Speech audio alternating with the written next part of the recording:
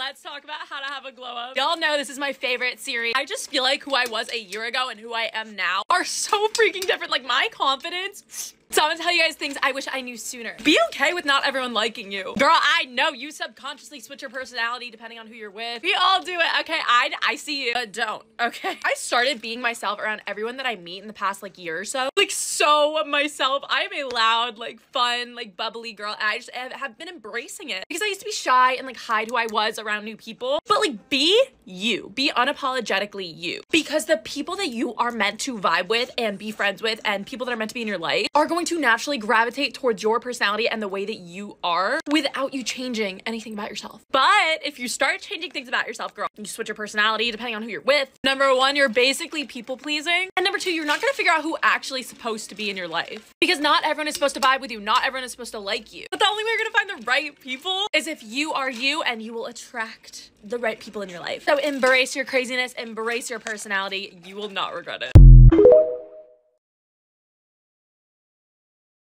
Okay, wait. I feel so freaking pretty right now. There is no better feeling than just feeling beautiful in your own skin. As someone who grew up with like a ton of insecurities, to look at myself and just feel beautiful is like a huge deal. When I was younger, I was so insecure of everything about how I look. And right now I just feel like I look pretty. And it's not even like I got rid of my flaws. Like even with my acne scars, even with my like uneven skin tone, like, I have things I could be insecure about. My scarring, my dark circles, my unfilled eyebrow. Something just flipped. Like I just don't care. Like I feel like I look beautiful even with all those things. It's not even like I got rid of my flaws. I just feel like my personality and like who I am is like shining through. I don't even know how to describe it, but I just feel beautiful even with things that I should feel insecure about. I just feel like everything I was insecure about before doesn't affect how pretty I feel now. Yeah, I still have acne scars. Like they didn't go away. I've just learned to love myself with them. Or like my hair, normally I think it's too frizzy, but like I just think it looks beautiful right now. Like I don't know. I just want to say, if anyone out there is feeling insecure, you can define what is beautiful to you. You are perfect the way you are. Should you date your friend's ex? Let's talk about it. Okay, I get it. You know, you think your friend's ex is cute or whatever. You don't want to hurt your friend. I understand your thought process. Do you understand how important friendships are? Like, I'm sorry, but to risk your friendship, please, what are the odds that your friend's ex is your soulmate? Probably zero. And there's a reason they broke up. You want to put yourself through that? Girl, always prioritize your friendships, okay? They will be there for you when guys hurt your feelings. I promise you, your soulmate is probably not someone your friend already dated. You will be okay not dating them. I don't know who needs to hear this, but this is just a reminder that there is no timeline on healing. If you're going through it right now, if you were sad over someone, if you're heartbroken, I don't care if it happened yesterday or 6 months ago. I don't care if it happened years ago. You are allowed to be upset over it. You are a person who loves fully, and obviously you're gonna be upset that it didn't work out. But I just feel like everyone rushes us to be over someone so fast nowadays. And I am here as your big sis to normalize that it's okay to still be sad over that person. And it's okay that you're thinking about them even if it's a year later. You are a person with a huge heart. And that's a gift, but it's also a freaking curse. Just know that you deserve so much better than someone who left you. And you're gonna be okay. I promise. I don't know if anyone else feels like this, but if I could control it, I would not touch feelings with a 10-foot pole. I hate catching feelings. I literally hate catching feelings. It alters my brain chemistry, and suddenly I'm not myself, okay? When I have a crush and I talk to them, I overshare the crap out of my life. And then literally right after, I'm like, I'm never speaking again. It's also just weird to have a crush. Like, you don't know this person that well, and you're thinking about them. That doesn't sit right with me. But when I don't have a crush, I'm bored. So like, I guess I pick chaos, but it's literally torture. Like what? Ew, feelings are disgusting. I genuinely think that one of the best compliments in the entire world is when someone comes up to you and they're like, you smell amazing. I've been getting so many compliments on how I smell recently, even when I'm not wearing perfume, and it is literally because of her. This is the natural deodorant I've been using, and when I tell you she went viral for a reason, it smells so good. This is the Salt and Stone deodorant. I have it in the scent Santal. It smells just like really warm, like amber and sandalwood. And even though it's a natural deodorant, it actually works. Like she stays on all day. Girlie, I promise if you wear this, you will get so many compliments. I just could not gatekeep this one.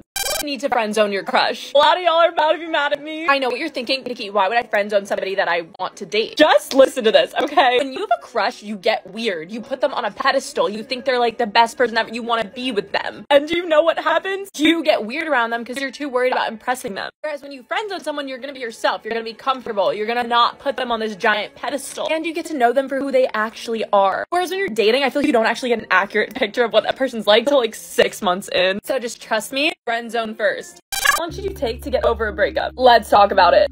I swear, when you're going through a breakup, I feel like everyone around you is just rushing you to move on. Like your friends are trying to set you up with new people, and you just feel this pressure to be over it in like 2 weeks. Let me tell you right now, as your big sis, it does not matter how long that relationship was, there is no timeline on healing. And we need to normalize that, okay? Breakups are so strange because you can think you're doing fine, and then all of a sudden you're crying about them again a few months later. I promise it is normal for it to happen in waves. Like some days you're gonna feel so over this person, and some days you're gonna feel like you can't live without them. Listen, I've been hung up on people for literally over a year. Go easy on yourself. Eventually it'll just get easier, but I swear the only thing that does that is time.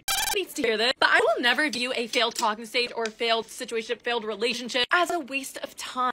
I hear so many people after they break up with someone or something doesn't work out, they're like, oh my gosh, what a waste of time. I could have been talking to other people. I could have been doing this and that. Like, I get it. You put so much of yourself into this one person and it doesn't work out. And like, you could really see yourself with this person and it doesn't work out. It's frustrating, I know. But I would never call it a waste of time. Because every time something doesn't work out for me, I look at it as like, oh my gosh, I am never gonna want to put up with something like that ever again. And I learn more things that I don't like in dating. When you start dating someone new, now you know the red flags to look out for. You know what you will and will not put up with. You have higher standards as a result of somebody messing with you or screwing you over. Like, honestly, do not be hard on yourself and look at it as wasting your time. Every person that you failed talking to is leading you up to being with your person because you're learning more about what you like. So when you finally meet someone who you think you can actually like work out with, you're not going to be as anxious about the relationship because you know what to look out for. And you can be smarter about the next person you date. So high key, you're more likely to find a better match. And that is why it's a blessing. Someone please explain this witchcraft to me. How is it that every time I'm okay being alone and I like being single, I swear the universe sends someone for me to like stress over and start liking. But sometimes when I'm like, oh, it would be nice to have a boyfriend. Dry phone.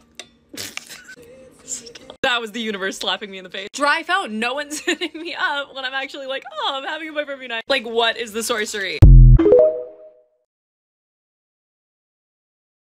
I feel like they're ready for an actual relationship, but you keep getting handed life lessons. I swear there's something in the air, okay? It's like cuffing season. But anytime I feel like I actually want to date someone, I literally feel like the universe is like, oh, you like that? Oh no, they're just here to teach you another lesson. Like at this point, I'm literally just like, I give up. I can't do this. Are we be done with the life lessons? Like, can we just fast forward? Ladies, this is your wake-up call. Not even a reminder, a wake-up call that if you can't tell if he likes you, he doesn't like you. Guys will make it so freaking obvious when they like you, and if you are sitting there questioning it. Because I caught myself tripping over a guy being like, I wonder how he feels about me. If a guy likes you, you will know. He will make it obvious. And if he's not making it obvious, he might like you, but he does not like you enough. And it's not your job to sit there and wonder if he likes you. You should be thinking about if you even like him and if he's even worth your time. And trust me, if he's not making it clear that he likes you in the beginning, it is literally only going to get worse from there. Please trust me on that. Him making you wonder is literally a red flag. Just trust me, it is only worth it if they are direct